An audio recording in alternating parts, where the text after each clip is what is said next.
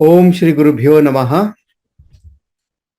आज का जो सेशन है वो बहुत ही इम्पोर्टेंट सेशन भी है और ये इतना मिसअंडरस्टूड हुआ है या इसमें इस विषय को लेकर इतनी गलतफहमियां हैं कि आज हम उन सारी गलतफहमियों को भी दूर करेंगे और इस विषय को सरलता से समझने का प्रयास करेंगे। तो आज का मूल विषय है हु इज ईश्वरा या व्हाट इज ईश्वरा। ईश्वरा कौन है, क्या है, आज हम उसके बारे में जानेंगे और पतंजलि मुनि उस बारे में क्या कहते हैं वो हम जानेंगे, लेकिन प्रेयर के बाद। ओम सहनाववतु सहनौ भुनक्तु सह वीर्यंकरवावहै तेजस्विनावधीतमस्तु मा विद्विषावहै। ओम शांति शांति शांति। योगेन चित्तस्य पदेन वाचां मलं शरीरस्य च वैद्यकेन योपाकरोतं प्रवरं मुनीनां पतंजलिं प्राञ्जलिरानतोस्मि। सो पिछली बार हमने जो श्लोक डिस्कस किया था, ईश्वर प्रणिधानाद्वा, यानी अगर आपको असंप्रज्ञात समाधि हासिल करनी है तो आपको ईश्वर को समर्पित करने से वो बहुत जल्द आसानी से हासिल कर सकते हैं। ईश्वर को समर्पित या ईश्वर के प्रति जो डिवोशन है या यहाँ जो कुछ भी है वो, या आपके जीवन में जो कुछ भी है, आप उसे ईश्वर को समर्पित करने से आपको उसका जल्दी और अच्छा लाभ मिलता है। अब सवाल ये उठता है, ईश्वर क्या है, ईश्वर कौन है? तो आज का जो अगला सूत्र है हमारा 24th सूत्र, वो इसी विषय को बताता कि ईश्वर कौन है। तो यहां पर पतंजलि मुनि ने यहां पर यह बताया कि एक आम आदमी क्या सोचता है एक इंसान के बारे में, एक जीव के बारे में, और ईश्वर किस तरह से उनसे अलग है। और यहां पर ईश्वर के बारे में बहुत ज्यादा डिटेल में नहीं बताया। अगर आपको डिटेल में जानना है ईश्वर के बारे में तो हमारा एक वीडियो है व्हाट इज ईश्वर या ईश्वर के ऊपर, वो आप देख सकते हैं। उसमें हमने बहुत अच्छे से और बहुत ज्यादा डिटेल में ईश्वर के बारे में बताया। इनफैक्ट ईश्वर के बारे में जो कुछ भी मिथ है और जो कुछ भी सच्चाई, वो सब उसमें बता दिया गया। तो आज हम डिस्कस करेंगे योग सूत्र के अनुसार, पतंजलि मुनि के अनुसार ये ईश्वर क्या है, और थोड़ा ब्रीफ में उसके बैकग्राउंड को समझने का प्रयास करेंगे। बिकॉज ईश्वर को किसी ने सही ढंग से समझा नहीं है और समझाया नहीं है। So let us understand who is ईश्वरा। सो 24th सूत्र इस तरह से है, क्लेश कर्म विपाकाशयैहि अपरामृष्टः पुरुष विशेष ईश्वरः। So let us chant this.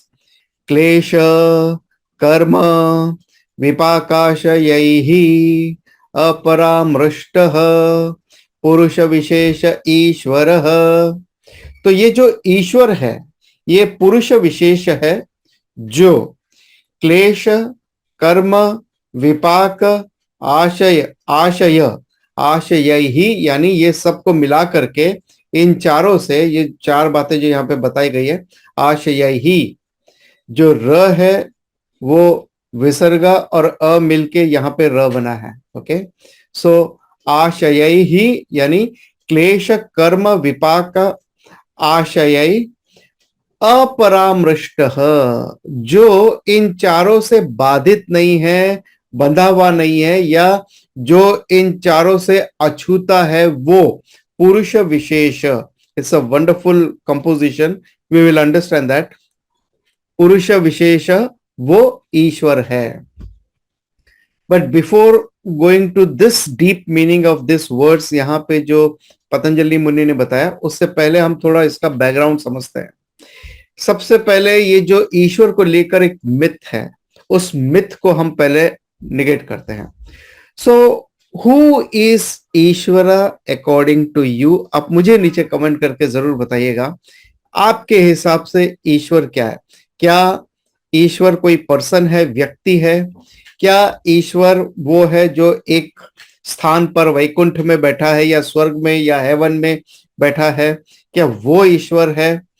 क्या वो ह्यूमन फॉर्म में ही है, लेकिन कुछ स्पेशल कैरेक्टरिस्टिक्स के साथ में, कुछ एक्स्ट्रा बेनिफिट्स के साथ में होते हैं? तो वैसा है क्या? क्योंकि हमने हमेशा पिक्चर्स में ऐसे ही दिखा है, 4 हाथ वाले, शंख चक्र गदा वाले, वो वैसे हमने देखा है कि वो ईश्वर है। तो क्या ईश्वर वो है जो शेषनाग में बैठा है, या कैलाश पर्वत पे बैठा है, या जो लोटस पे बैठा है? सो ईश्वर कौन है?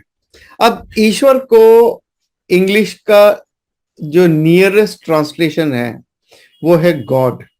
लेकिन मैं आपको यह बता दूं, गॉड का और ईश्वर के अर्थों में कोई समानता नहीं है, इनमें कोई भी समानता नहीं है। So even though Ishwar is translated as God, but Ishwar is not God. हमारी अंडरस्टैंडिंग जो वेदांत शास्त्र में है, योग शास्त्र में है, हमारी जो अंडरस्टैंडिंग है ईश्वर के विषय में, ये बिल्कुल गॉड की जो अंडरस्टैंडिंग है उससे बिल्कुल भिन्न है। So please, those who wants to listen in English, for them basically Ishwar is not God. God के अपने मायने, जैसे वो हेवन में बैठता है, वो करुणामयी है, ये है, वो है, ऐसे ऐसे उसके कैरेक्टरिस्टिक्स ऐसे बताए जाते हैं। बट हमारा जो ईश्वर के प्रति डेफिनेशन है वो बिल्कुल अलग है।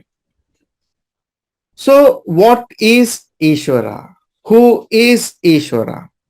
अगर हम कहते हैं who is Ishwara, then another question will come.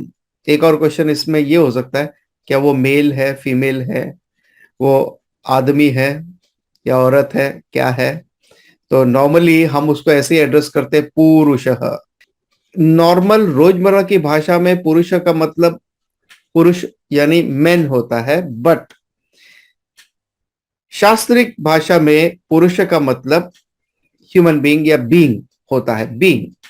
So it is not restricted to male और female, but it is being. So कोई उसमें जेंडर भेद बिल्कुल भी नहीं होता है, उम्र का भेद वगैरह इस तरह का कोई, किसी तरह का कोई भेद नहीं होता है। तो ईश्वर में अगर आप देखो, वर वर प्रत्यय जोड़कर ईश को ईश्वर बनाया गया है। तो ये जो वरच प्रत्यय होता है, वरच जब प्रॉपर वर्ड में बैठ जाता है, प्रोसेस होने के बाद में वर प्रोनाउंस होता है, जैसे ईश्वर, नश्वर। तो ये वरच प्रत्यय जो है, ये जो मूल शब्द है उसके अर्थ को बदलता नहीं है। जैसे नश्वर, नश्वर यानी जो हमेशा नष्ट होने वाला है, जो हमेशा बदलता है और वो बदलेगा, वो उसके अर्थ को बिल्कुल नहीं बदलता है। वैसे ही ईश्वर यानी ऐश्वर्यम, यानी समग्रम ओवरलॉर्डशिप, यानी जो सबके ऊपर में जिसका प्रभुत्व है, स्वामित्व है, वो ईश्वर है। जो किसी और व्यक्ति वस्तु से बाधित नहीं है, सीमित नहीं है, जो देश काल वस्तु अपरिच्छिन्न है। देश काल वस्तु अपरिच्छिन्न का मतलब है जो देश यानी स्पेस वाइज, काल टाइम वाइज, वस्तु यानी कॉजेशन वाइज जो है, किसी वस्तु या व्यक्ति या कॉजेशन से वो सीमित नहीं है, बाधित नहीं है, अपरिच्छिन्न यानी जो बाधित नहीं है, सीमित नहीं है। तो यहां पर अब पतंजलि मुनि कुछ डेफिनेशंस जो दे रहे हैं, उन डेफिनेशंस को हम देखते हैं, जिसको हम कहते हैं लक्षणम। लक्षणम या डेफिनेशन फॉर ईश्वरा। तो क्लेश कर्म विपाक आशयैहि अपरामृष्टः पुरुष विशेषः ईश्वरः। जो क्लेश कर्म विपाक आशय से अछूता है, अपरामृष्ट है, अछूता है, वह ईश्वर पुरुष विशेष है। Now let us understand the deeper meaning of that. What is, पहला है क्लेश। क्लेश यानी अफ्लिक्शन, पेन। हम ह्यूमन पॉइंट ऑफ व्यू से क्या देखते हैं? हर एक व्यक्ति दुख दर्द से होकर गुजरता है। जब तक ये जन्म है, जब तक ये बर्थ है, तब तक उसको पेन होगा, दैट इज गारंटेड। जब तक वो जन्म मृत्यु से बाधित है, इस शरीर से बाधित है, इस समय देश काल से बाधित है, तब तक उसे पेन होना गारंटेड है।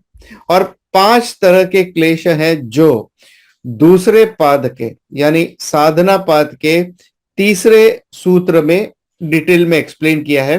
तो हम उसके डिटेल में नहीं जाएंगे, मगर हम उसको थोड़ा सा समझते हैं कि वो क्या है।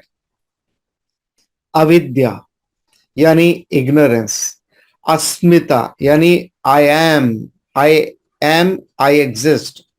राग, राग यानी जो हमें पसंद है, अबाउट आवर लाइक्स। द्वेष, अबाउट आवर डिसलाइक्स, जो हमें पसंद है, जो हमें नापसंद है। अभिनिवेश, अभिनिवेश यानी हमारा जो तीव्र आसक्ति है, जो गहरी अटैचमेंट, ऑब्सेशन समझ लीजिए, वो है, उसे हम कहते हैं अभिनिवेश। तो ये पांचों चीजें जो हैं ये क्लेश में आती है, जो हमारे दुख का कारण है। अविद्या अगर है, इग्नोरेंस है, दैट हु एम आई, मैं कौन हूं ये मैं नहीं जानता। अगर मैं ये नहीं जानता कि मैं कौन हूं, तो मैं अपने आप को कुछ और मानूंगा। I misunderstand myself as something else. That is अविद्या का नेक्स्ट स्टेज है। और अगर मैं कुछ और मानता हूं, देन मैं ये इंडिविजुअल हूं, मैं ये जीवा हूं, मैं ये लिमिटेड बीइंग हूं। अपने आप को, जो मैं परिपूर्ण था अब तक, और आज भी मैं परिपूर्ण ही हूं, लेकिन मैंने ये मान लिया कि मैं लिमिटेड हूं, सीमित हूं। अब अगर मैं सीमित हूं, मैं इनकम्प्लीट हूं, तो मुझे अपने आप को कंप्लीट करने के लिए सुख सुविधा के साधन चाहिए। और सुख सुविधा के साधन हासिल करने के लिए दूसरा है कर्म। यानी पहला है अविद्या, अगर अविद्या है, दैट लीड्स टू कर्म। और वो कर्म मैं करना चाहता हूं ताकि मैं कुछ न कुछ हासिल करूं, ताकि इसमें होता है मेरा कर्तृत्व भाव। I am the doer, that doership, I am the enjoyer. So that doership, enjoyership जो है वो यहां आ जाती है, कर्तृत्व भोक्तृत्व यहां पर। अगर आपने कर्म किया है, तो कर्म फल कहां जाएगा? वो तो आपको ही मिलना है। देन कम्स विपाक, जो तीसरा है यहां। विपाक कर्म फल यानी पुण्य पाप। अगर मैं कोई धर्म के साथ रहकर अच्छे भाव से मैं कोई कर्म करता हूं, तो उसका मुझे पुण्य फलम मिलेगा। अगर मैं बुरे भाव से कर्म करता हूं, तो उसका मुझे पाप कर्म फलम मिलेगा। पुण्य कर्म जो मेरे लिए हितकारी है, पाप कर्म फल यानी जो मेरे लिए दुखदाई है, नुकसानदायी है। लेकिन ईदर वे, चाहे वो पुण्य कर्म है या पाप कर्म है, दोनों आपको बांधने का काम करती है, इस जन्म मृत्यु के साइकिल में बांधने का काम करती है। सो ना तो हमें पुण्य चाहिए, ना पाप चाहिए। और अगर ये पुण्य पाप है, कर्म फल है, और ऐसा तो नहीं है कि हमने जितने भी कर्म किए हैं, हमारी जितनी भी इच्छाएं हैं, डिजायर्स हैं, राग द्वेष हैं, वो सब की सब इसी जन्म में पूरी हो जाएंगी, ये तो कोई पॉसिबल नहीं है। तो मरते वक्त जितना एग्जॉस्ट कर लिया, उसके बाद में कुछ नए कर्म करके हमने नई डिजायर्स इकट्ठा कर ली, मरने के बाद उनका क्या होता है? क्या वो नष्ट हो जाती है? नहीं, वो अगेन डॉर्मेंट स्टेट पे चली जाती है। और उस डॉर्मेंट स्टेट को कहते हैं आशय। यानी हमारी सारी जो थॉट्स है, डिजायर्स है, राग द्वेष है, इग्नोरेंस, वो इग्नोरेंस स्टेट में बीज रूप में चली जाती हैं, उसे हम कहते हैं आशय। There is another word called samskara या वासनास। अब संस्कार दो तरह से होते हैं। एक धर्म से संबंधित, यानी जो हम रोजमर्रा में अपने कुछ अच्छे कार्य करते हैं, तो हम कहते हैं ना, उसमें अच्छे संस्कार हैं।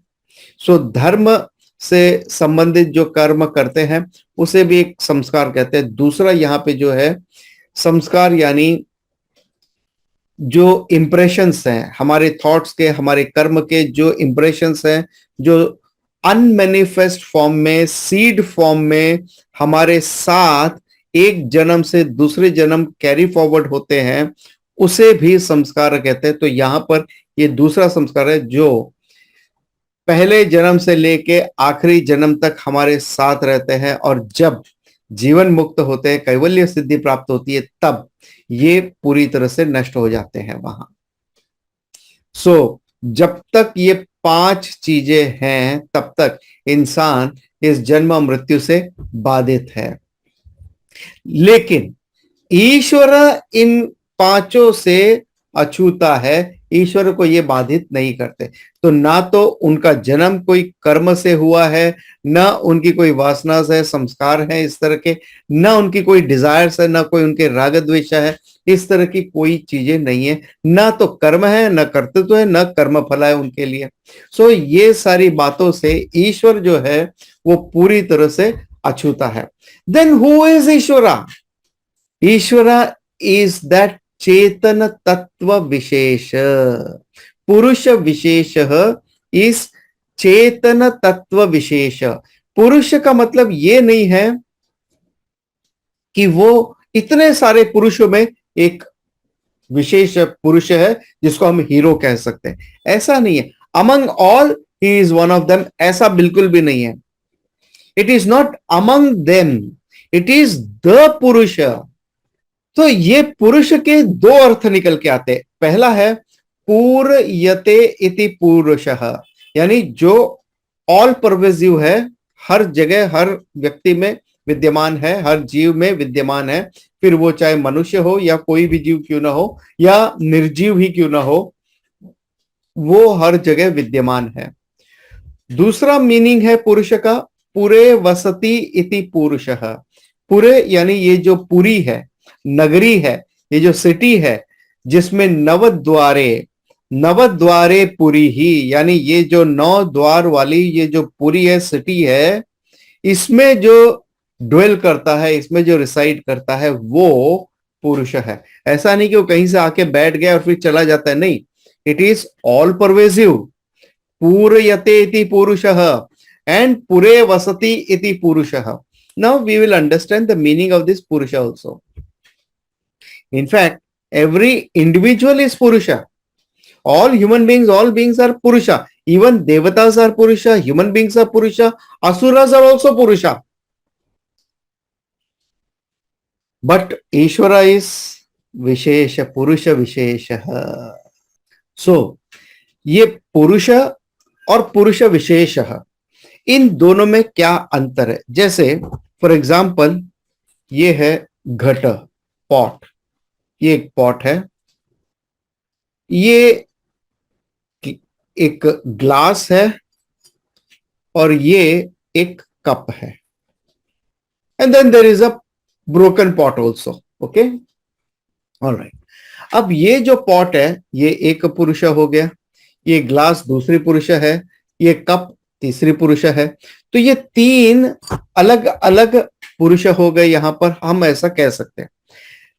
अब विशेष पुरुष की जब हम बात करते हैं, यहां पर इस पॉट में विशेष क्या है, ये पॉट का अस्तित्व क्या है? तो क्ले है। तो ये क्ले कहां विद्यमान है? अंदर है या बाहर है, ऊपर है या नीचे है? हर तरफ है, सर्वव्यापी, सर्वगतः, वो हर जगह है। यहां केवल क्ले है जो हर जगह है। इस ग्लास में, जिसको आप ग्लास कह रहे हो, इस पुरुष को जिसको आप ग्लास कह रहे हो, इस ग्लास में क्ले का है, अंदर है, बाहर है, ऊपर है, नीचे है, हर जगह है। ऑल परवेसिव, पूर्यते इति पुरुषः। तो जो क्ले है वो पूरे ग्लास में विद्यमान है। उसी तरह से इस छोटे से कप में भी जो क्ले है वो सर्वव्यापी है, सर्वगत है ना। ये जो पॉट है, ग्लास है, कप है, ये लिमिटेड पुरुष है। ये कहता है कि मैं बड़ा हूं, मैं मोटा हूं, मैं मजबूत हूं, तो ये कप को कॉम्प्लेक्स होता है कि मैं इंफिनिटी कॉम्प्लेक्स हूं, इसको सुपीरियरिटी कॉम्प्लेक्स, ऐसा पॉसिबल है। तो ये कप को, पॉट को, ग्लास को कॉम्प्लेक्सेस हो सकते हैं।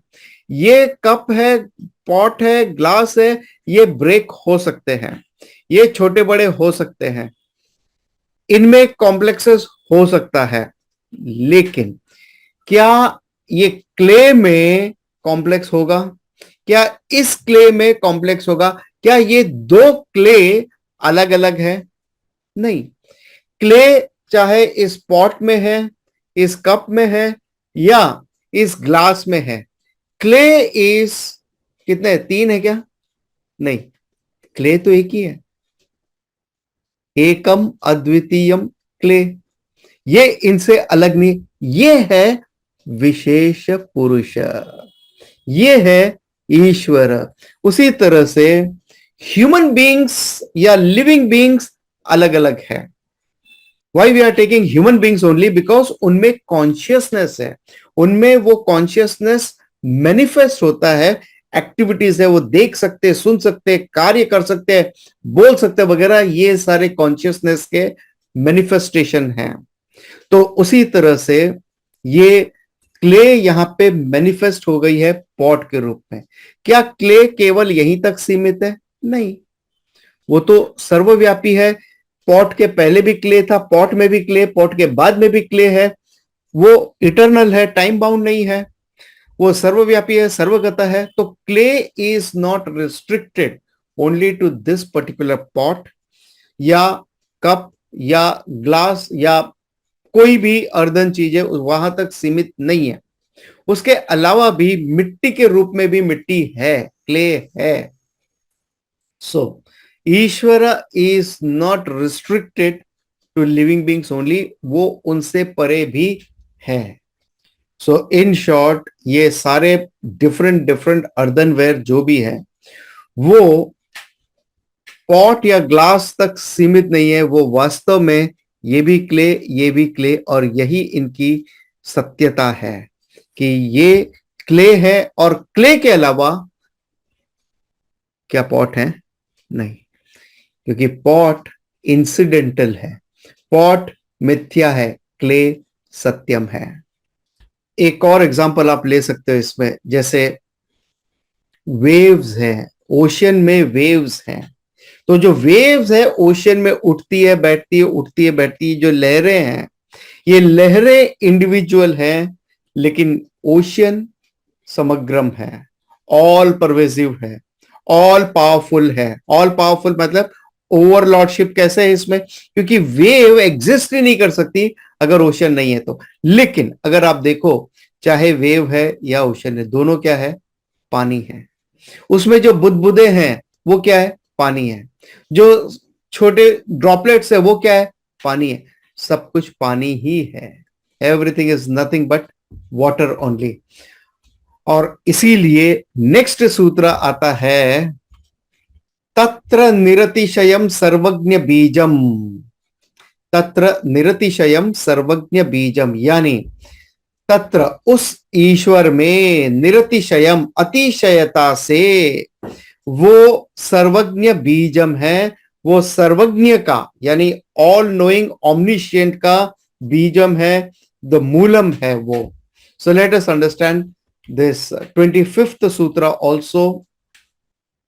निर अतिशयम, अतिशयता से जो रहित है, यानी which is not subject to increase और डिक्रीज। यानी ऐसा नहीं है कि इसके पास सर्वज्ञ है और सर्वज्ञ के बाद में और नॉलेज आएगा या कम हो जाएगा, ऐसा बिल्कुल भी नहीं है।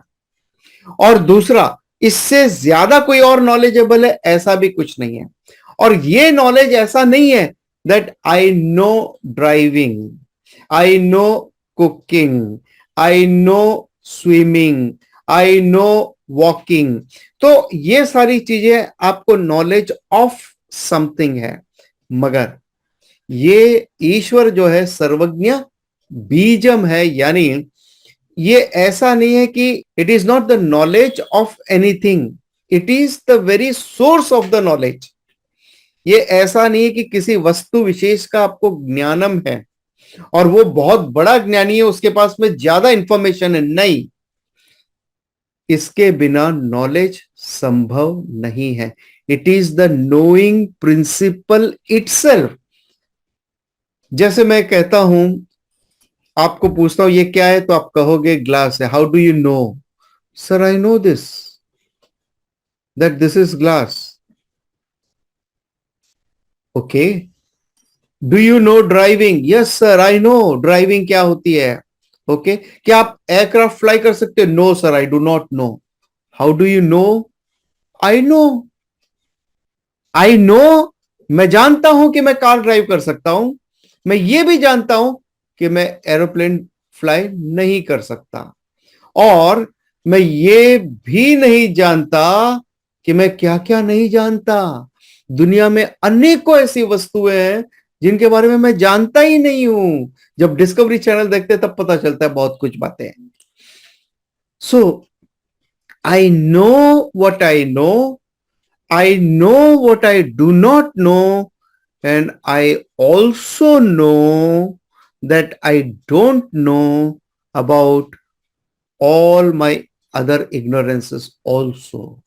यानी मैं जानता हूं कि मैं क्या जानता हूं, मैं ये भी जानता हूं कि मैं क्या नहीं जानता हूं। मुझे एयरक्राफ्ट चलानी नहीं आती, लेकिन मुझे ये पता है एयरक्राफ्ट चलाना क्या होता है, मगर मैं चला नहीं सकता, मुझे वो नहीं आती। बट ऐसी कई बातें हैं जिसके बारे में हमें कुछ भान ही नहीं है। दैट ऑल्सो आई नो, कि मुझे वो सारी चीजें हैं जिसके बारे में भान नहीं है, वो भी मुझे नहीं पता। सो आई नो, ये नोइंग प्रिंसिपल इज द बीजम फॉर ऑल नॉलेज। और इसीलिए ईश्वर को बताया गया सर्वज्ञ बीजम। अब यहां पर अब ये पॉट कहेगा, भाई देखो मैं आपसे पहले आया हूं, मैं आपका बुजुर्ग हूं, आपको मेरी रिस्पेक्ट करनी चाहिए। हाउ डू आई नो, ये कहेगा हाउ डू आई नो। ठीक है। तो ये दोनों में आपस में इस बात को लेके द्वंद्व हो सकता है, भेद हो सकता है। ये कहेगा देखो गिरोगे तो टूट जाएगा, मैंने कई पॉट को गिरते हुए देखा है, टूट जाते। ये अभी अभी आया है, अभी भी नया बना है, इसे नहीं पता, तो इसने इससे नॉलेज ले लिया। लेकिन इस पॉट का नॉलेज यहीं तक सीमित है, इस ग्लास का नॉलेज यहीं तक सीमित है। But what about the knowledge of the clay? जो क्ले का नॉलेज है वो कहां तक सीमित है? क्ले कहता है भाई आप कहां से आए हो मुझे पता है, आप अभी क्या हो ये मुझे पता है, आप कहां जाओगे ये मुझे पता है, आपके अंदर क्या है, आपके बाहर क्या है, आपके ऊपर क्या है, आपके नीचे क्या है, ये मुझे सब पता है। You are nothing but a clay, nothing else. आप क्ले के अलावा और कुछ नहीं हो, ये जान लो। ये समझता है कि मैं तो पॉट हूं, बड़ा पॉट हूं, मजबूत पॉट हूं, गिरने से टूटेगा नहीं। सो ये इस पॉट का लिमिटेड नॉलेज है। लेकिन जो सर्वज्ञ है यहां पे, वो जो क्ले है उस पॉट में, उसे अंदर बाहर के बारे में पता है, उसे पास्ट प्रेजेंट फ्यूचर के बारे में पता है, क्योंकि उसे पता है कि अगर ये पॉट टूट गया तो भी क्ले ही रहेगा। इस पॉट को लगता अगर मैं टूट गया तो मेरी इंडिविजुअलिटी खत्म हो जाएगी। लेकिन ये जो कप है, ये भले ही कितना भी छोटा है, ये कप कहता है भाई मैं तो क्ले हूं। ये ज्ञानी हो गया। अब जब इसने ये जान लिया कि मैं क्ले हूं, इस बड़े पॉट को, इस वृद्ध पॉट को नहीं पता, लेकिन इस छोटे पॉट को, इस नए पॉट को ये पता है, नए कप को ये पता है। तो इसे पता है कि मैं पास्ट में भी क्ले था, अभी भी क्ले हूं और आगे भी क्ले ही रहूंगा। तो ईश्वर सर्वज्ञ बीजम जो है, यानी जिसने ईश्वर को इस तरह से समझ लिया, जान लिया, केवल मतलब केवल बौद्धिक रूप पे नहीं जानना है, उसे आत्मसात करना है। जिसने इस कैवल्य सिद्धि को पा लिया तो ये भी सर्वज्ञ हो गया। दिस इज वाई वी से ईश्वर इज सर्वज्ञ बीजम।